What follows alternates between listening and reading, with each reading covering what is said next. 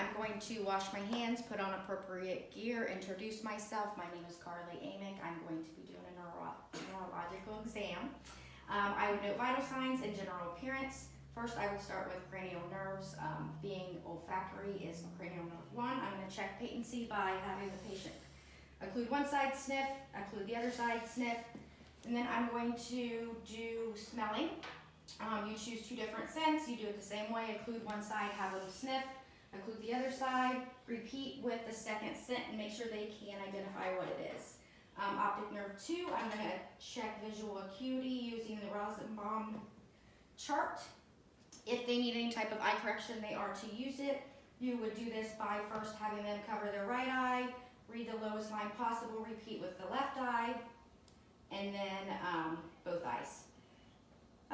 Evaluate visual fields via confrontation. I would do the static finger wiggle.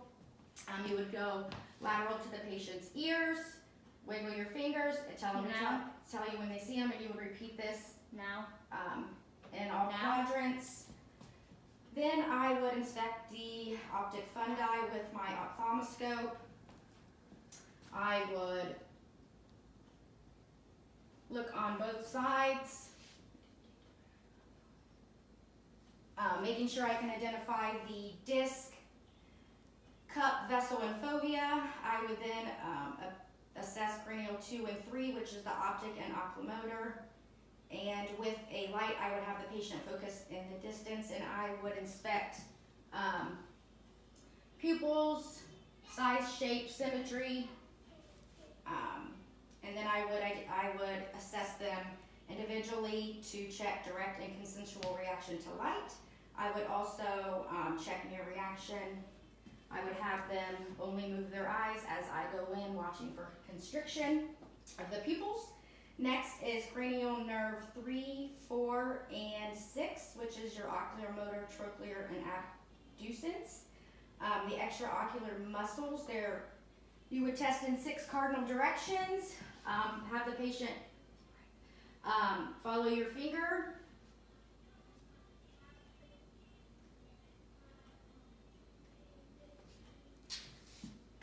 Test convergence here, where I would tell them to only move their eyes and follow my finger to their nose.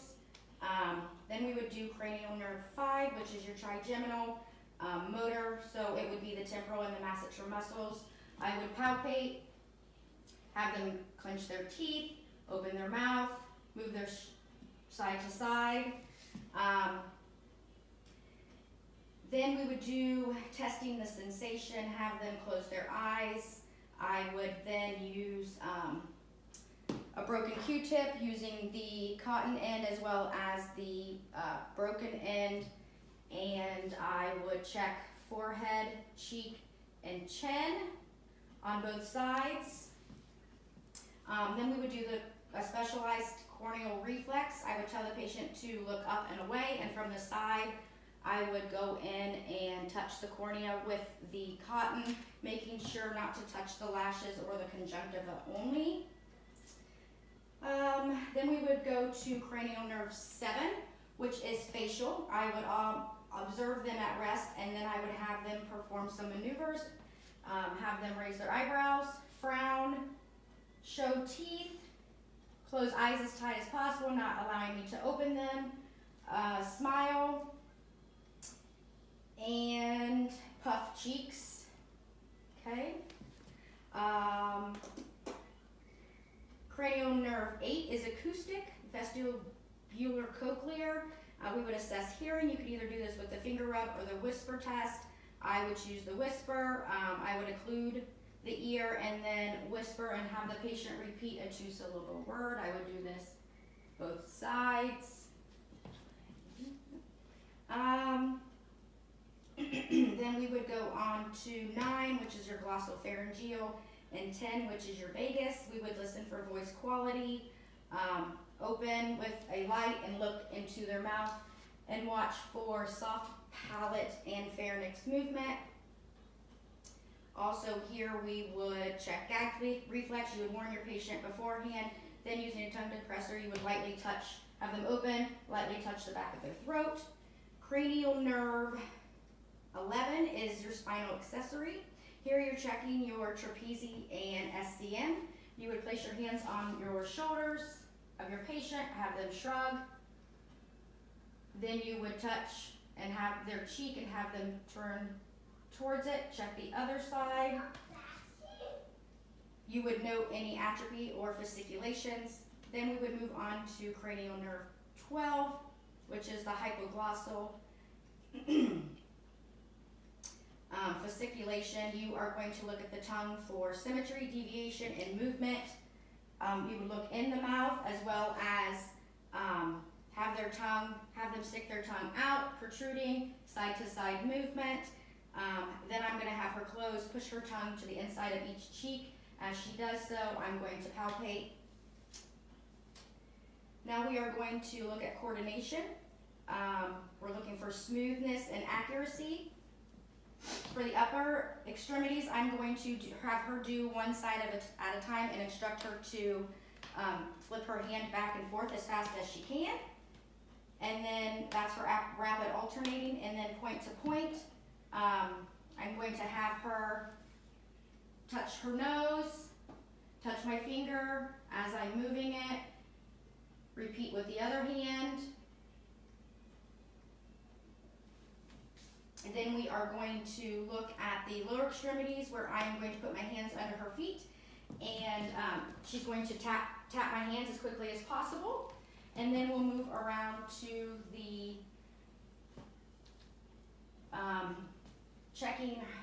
Also on the lower extremities, I'm going to have her place her heel on the opposite knee, slide down the shin all the way to the great toe, repeat on the opposite side. Then I'm going to have her stand, and I'm going to have her walk, turn around and come back. Then I'm going to have her walk heel to toe to look at tandem movement.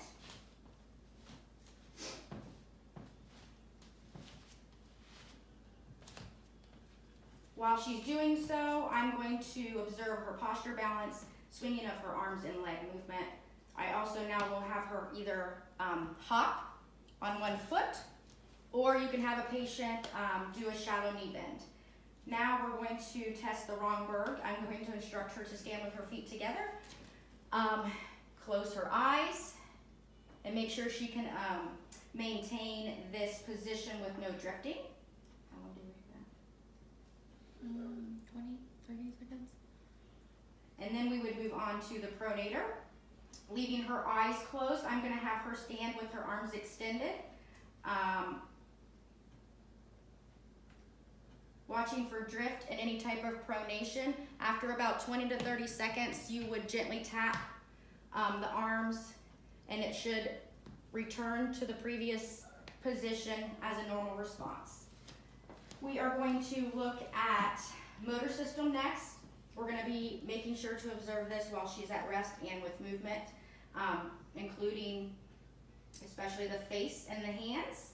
I would have her hold her hands out, watching for any type of tics, tremors, or fasciculations.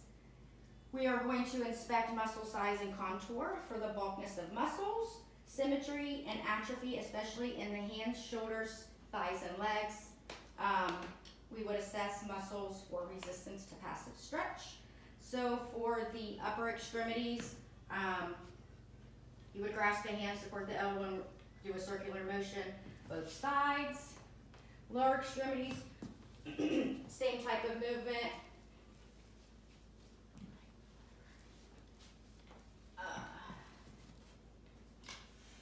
Now we will do muscle strength testing. Have the patient flex thumbs towards them. I will hold the wrist, have them push me, pull me.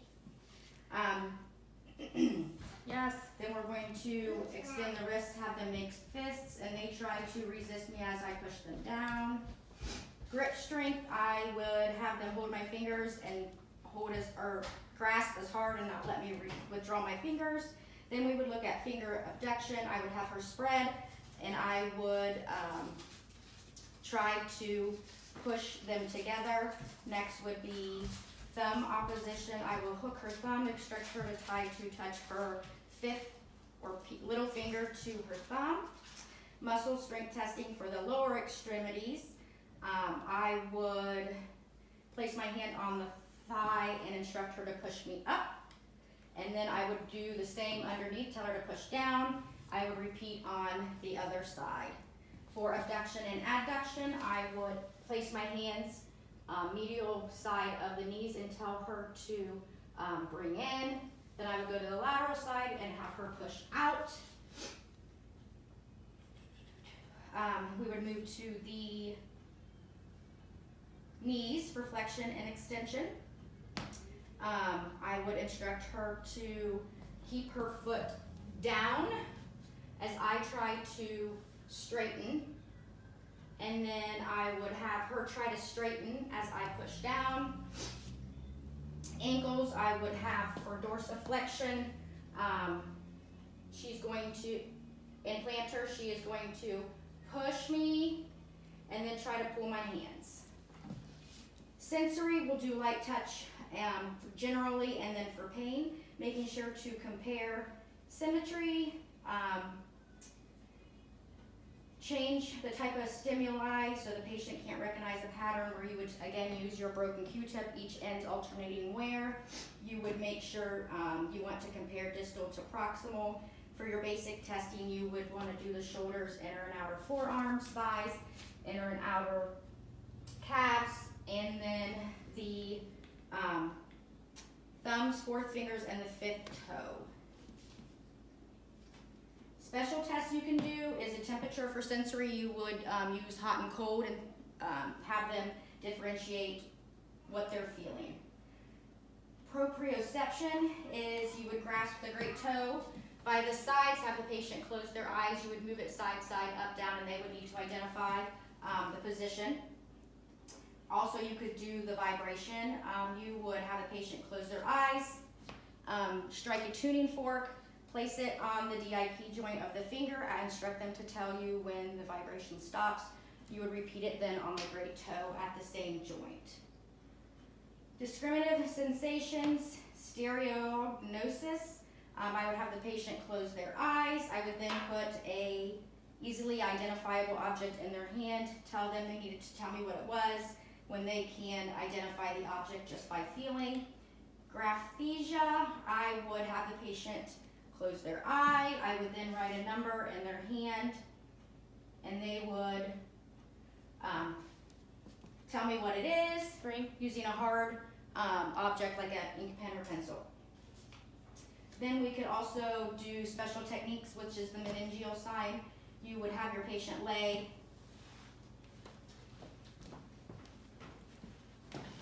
supine, and you would have them try to bring their chin to chest. You're checking for rigidity and mobility. Same with the Brudinskis. You would have them repeat the motion, chin to chest, watching for hip or knee reaction. Koenig sign, I would extend the leg and